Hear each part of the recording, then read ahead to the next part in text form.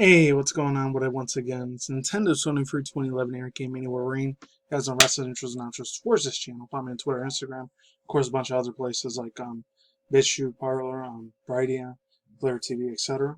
Anyways, I know I said I wasn't going to talk about anime that much anymore, but this one's extremely important as hell. Because, I haven't watched the first season of this thing. I know it became a me, I think it was like February, March, or whatever, earlier this year.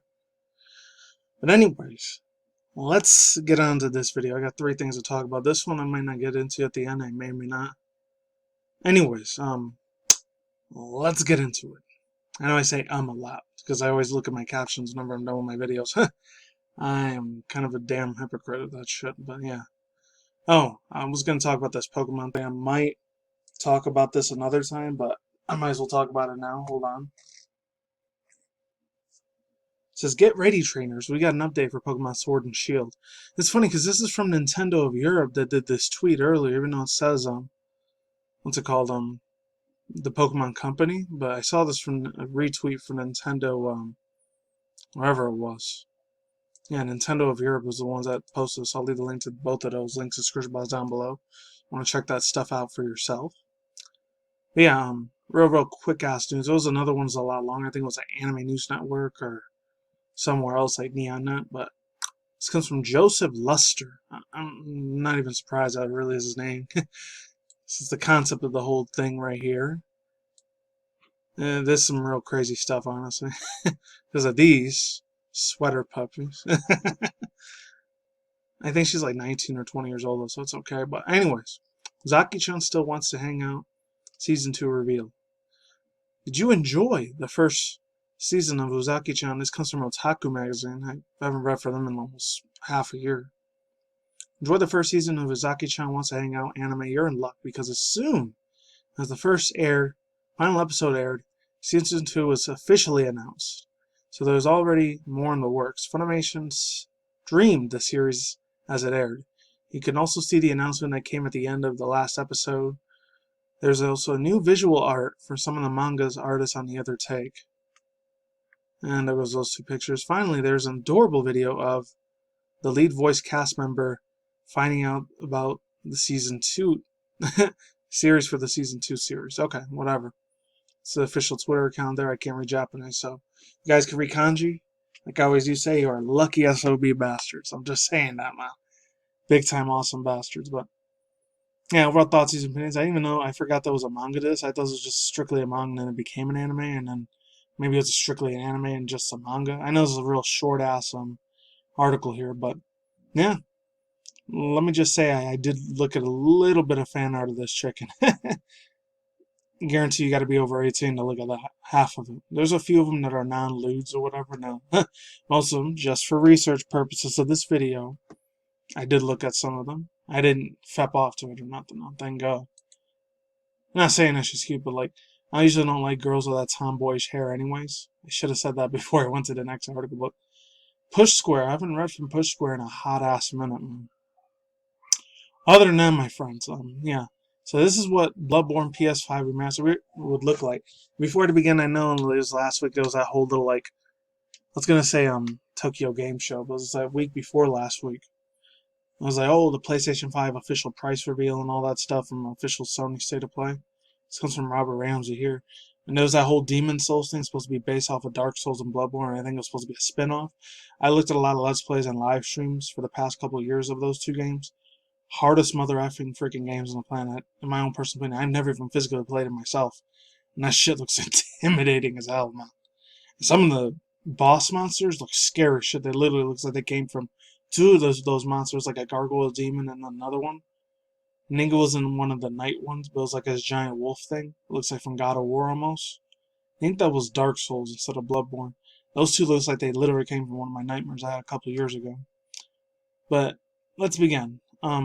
Rumors of the Bloodborne remasters have been doing rounds for a long time, but what if it was such a remaster would actually look like? YouTube channel Snazzy Al or Snazzy AI, I don't know. Will give us some of the ideas to render some of the Bloodborne gameplay in 4K resolution and 60 frames per second, if I could talk right. God does God knows. God does it look good. According to some of the sources, a PS5 version of the Bloodborne does exist. There's still no concrete evidence to back these claims up. We do know, however, that Bloodborne will be a part of the PS Plus, PlayStation Plus collection on the PlayStation 5, allowing subscribers to download and play the PS4 versions of their next-gen consoles at no additional cost. Of course, you already know that Bloodborne, if you already own Bloodborne, you'll be able to play a PS5 anyways thanks to backwards compatibility. How do you think this looks? Bathe in the blood of your enemies and comments section down below. And I forgot how Push Square does their stuff. They're absolutely a fantastic place. And I'm not getting paid, hashtag not sponsored for any of the stuff that they say, but it looks pretty damn awesome. Not gonna lie. And then we'll get into the last final. Oh, I did look at the video before this. Oh my god, this real badass looking thing, man. In my personal opinion, I think the Dark Souls story wasn't as good as Bloodborne. Bloodborne's story was a lot more better. The expansive origins, like the beautiful fucking backgrounds that they have, and a lot of the enemies that they got in that game. Yes, it's extremely difficult, but it looks super badass as shit, man. It's a beautiful, polished, beautiful piece of work art. And I know I usually don't compare video gaming industry, like, not news, but video gaming industry, like graphics and all that, to works of art, but Bloodborne and Dark Souls are definitely a big exception on that. It's literally like movable art for nowadays. And even though it came out in the mid-late 2010s, it still looks pretty damn smooth and clean as hell. But yeah, let's get on to the next article real quick, hopefully if I can. If I can, I'll just read it from my phone real quick. That's what I've been hearing going off in the background. Apologize for that. This comes from Ian Walker from Kotaku. This is a couple days ago. It's like over a week ago by the time you guys see it.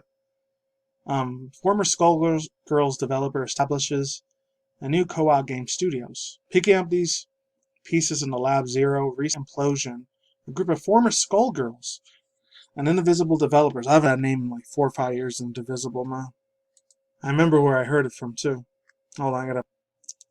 Alright, like I was saying before, former Indivisible developers have established a new game studios known as Future Club. The venture will function as a co-op, allowing to have every employee to have a hand in decision in making the process. It says, quote, as from the CEO, CFOs herself, we really want to make sure for everyone at the company has an equal say. Future CEO, lab, and producer Francesca Ingozani, hopefully I'm saying it right, Ingozanzi. So that looks like another word, I'm not going to say it. Just say it has something to do with Germany from way back in the 1920s and 30s and 40s. But let's move on. Told Kotaku during an interview last week, there isn't one person on top who's literally, I'm going to say it, laterally, make the decisions for everyone else, because the model didn't work out as well as for us as Lab Zero. We really want to embrace the models and everyone with our own equal power and our own equal voice. Some of the veterans involving establishing Future Club included creative director Mariel Cartwright, I don't even know how you say that, Kinuko, whatever. Senior animator and Jonathan Persona Kim, who have both provided fantastic work like games like Shantae and Scott Pilgrim vs. the World. I didn't know that.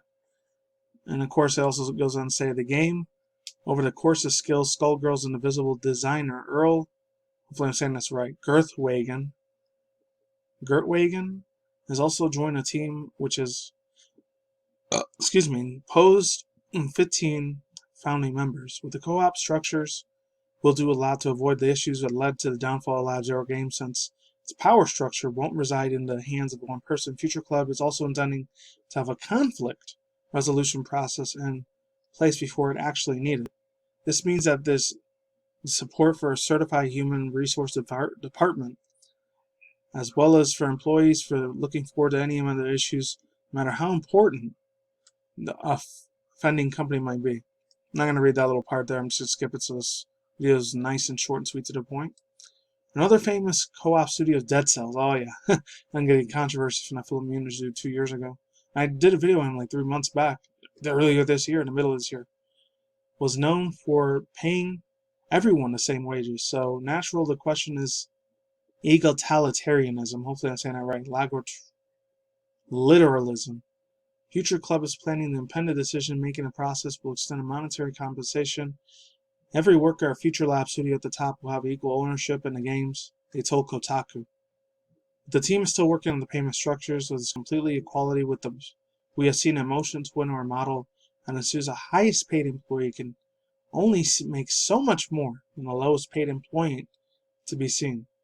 Crunch has been a hot button topic issue in the gaming industry as more stories have been continuing about terrible working conditions of major developers. Oh, that's bad. You're mistreating the employees bad, physically, mentally, emotionally, spiritually. The CEOs deserve to get the guillotine, in my opinion. Healthy work-life balance to ensure that no one is subjected to the unfair treatment. Says, quote, we want to be able to create games that we're passionate about, but we do not want that to come to an expense of our own health. Cartwright said, I personally have a lot of crunch in my life and I'm a little over it.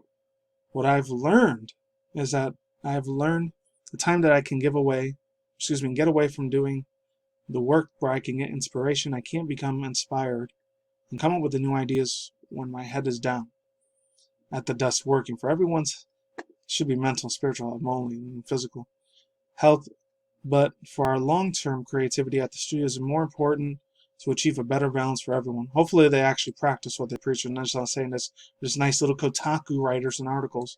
So I know how much SJW they can be with that shit. Well, let's continue. As far as future projects go, Future Club is still in the planning, is aligning its stage. While they're interested in helping a Skullgirls and Indivisible if approached. Okay, they're going to do a sequel to that. That'd be nice, but let's move on.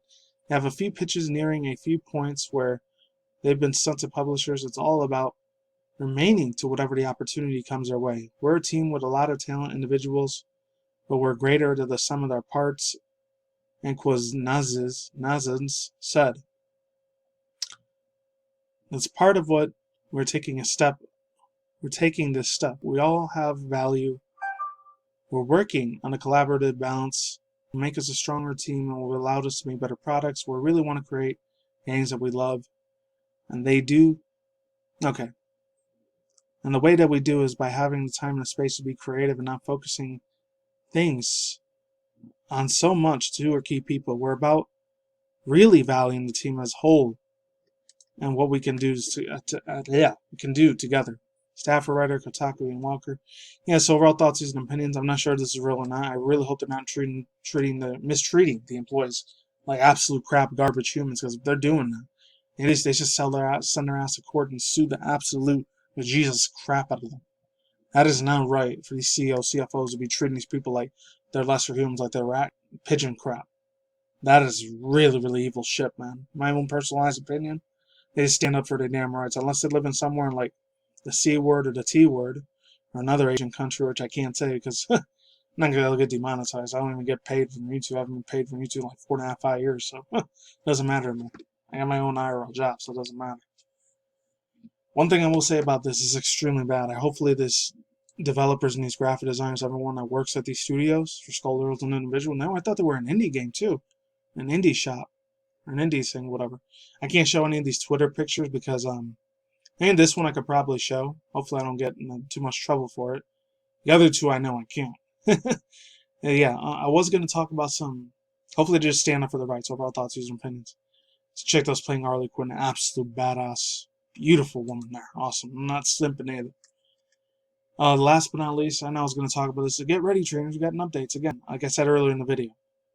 It's tomorrow, which is probably going to be the day for some of you by the time we recording this video.